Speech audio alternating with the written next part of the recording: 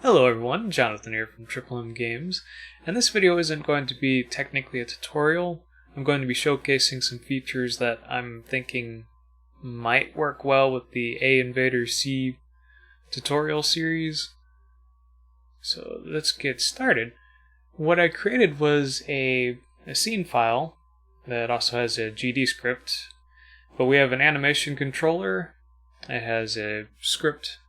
You have the sprite path, you have a timer, you have a death type, which would be player, enemy, or laser. I'll explain that here in a moment. We also have a sprite list, so you can have different animation frames. We also have an explosion list, which, as you can see there, is the explosion sprites. And we have a timer that's just a child of that. If you go into the script, it's going to look a little longer than it probably should, but I'll walk you through it. Okay, so at the top here we have a few export variables. You have the node path, you have a float for the timer, which basically will set how often, or the frame rate for the animations. You also have the death type, which is player, enemy, or laser. I'll explain that when I get to the function.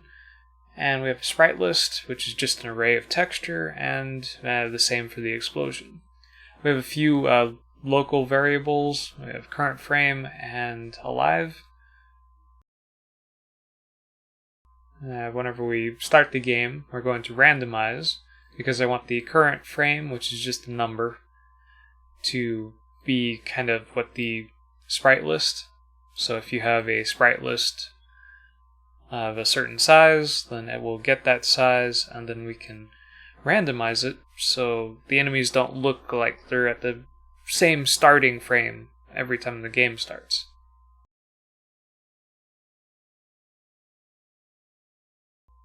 And this is the wait time, so that's the frame rate. Then we're going to connect the timeout of that timer, and then we'll just run this function. We're going to check if our player or our enemy or our laser is alive. Then we're going to check if the sprite list size is greater than 0. Then we're going to change the animation frame to the sprite list. Same goes for the explosion. And then we go down here to the animation update. We get the list variable. Then, if the current frame is less than the list size, then the current frame, plus 1. Else, whenever the current frame reaches the end image frame, then reset to 0. So we'll continually loop through the animation list. And then we're going to check if the list size is greater than 0, we are going to change the frame. And I threw in the list variable, which I don't think it really needs. And then we have the image, you have the list, and then you have the image in that list.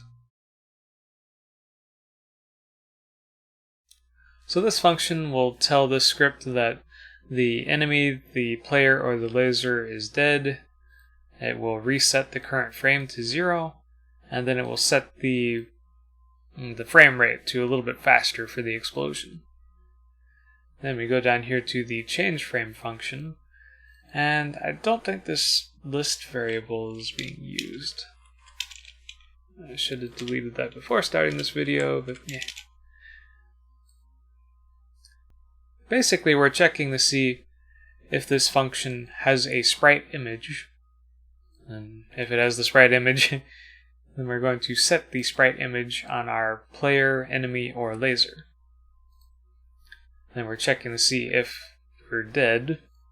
And then we're going to check if the current frame is greater than explosionList.size, -1.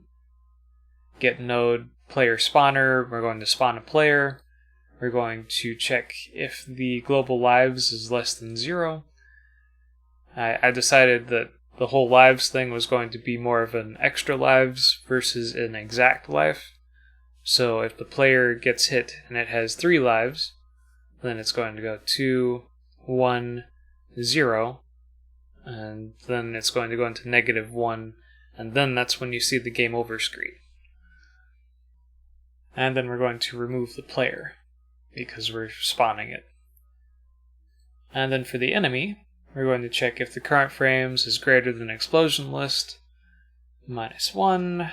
We're going to get the parent, which is the sprite. And then we're getting the parent of our enemy, which is the enemy controller node, I think. And then we're going to get the child count, which is checking to see how many aliens exist inside of the parent. And we're going to check if it's greater or less than 2. Then we're going to go to game over, because the enemies have all been deleted. And of course the globals.aliens -=1. And then the removing of the enemy. Then for the laser, we're checking to see if the current frame is greater than explosion list.size -1, and then we're just going to remove the parent sprite, which is the laser. And now that that is out of the way, I'm going to exit full screen.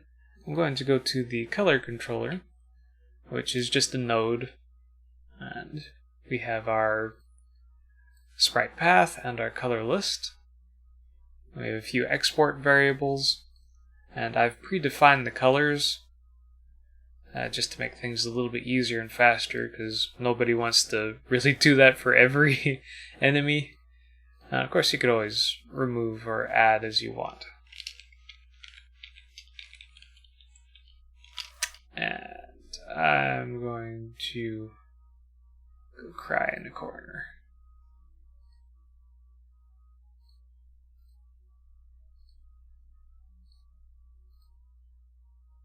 There we go. So keep in mind you can't undo whenever you're changing these export variables. There we go. Okay, so we're going to check if we have the node path, which is the sprite. Then we can check to see if the color list is greater than 0. Then we'll set the sprite path self-modulate color to the color list of the global lives variable. And what does this look like when we're working with our enemies or our laser or our player? I'm going to open up the player scene. Basically, we have our sprite parent, we have an area, then we have the fun stuff, which is the animation controller scene and the color controller scene. And you can set all of the different variables here. You can check to see if it's a player, an enemy, or a laser. You can change the animation time. You can even give it different sprites. So if I go down here to enemies, we'll go to enemy 4. I'll just drag these in.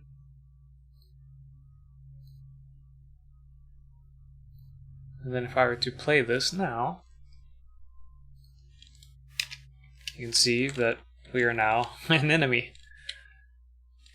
And if we get hit, boom.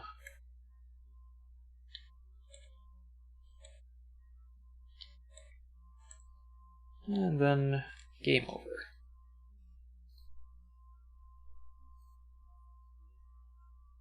I'm just going to reset that. And then the same goes for, let's see, color controller. You know, you can just change the colors. If I wanted, whenever I have 2 health points, I can change it down to this little violet color. Oh, now I'm a pink or a violet.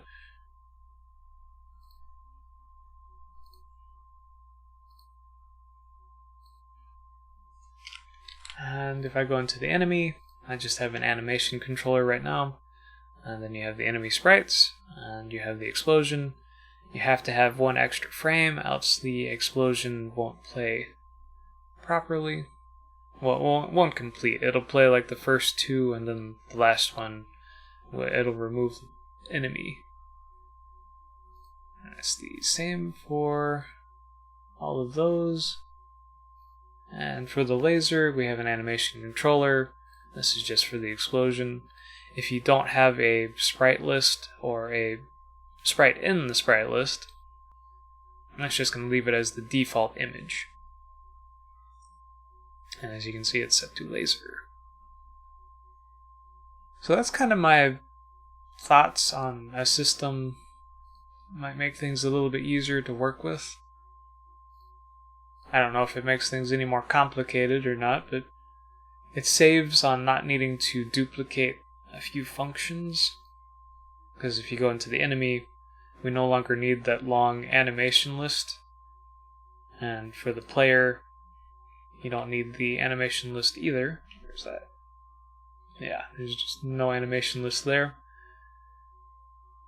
The only thing that's needed is calling the animation controller dead.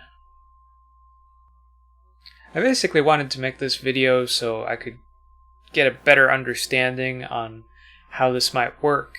Would this improve things a little bit? Would this be easier to follow and understand from a beginner standpoint? Let me know in the comments below if this looks like a good direction to take this project in. Or for advanced users that are watching this video for whatever reason, let me know if I'm doing something wrong or I might run into performance issues.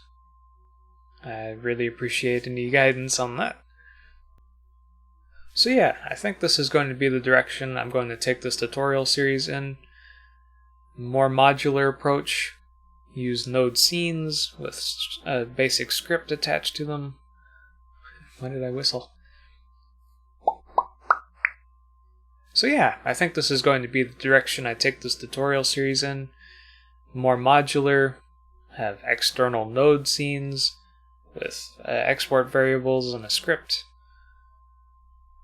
A lot easier to manage, less jumping back and forth, so easier to record and less for you to fight along the way. I hope it helps later.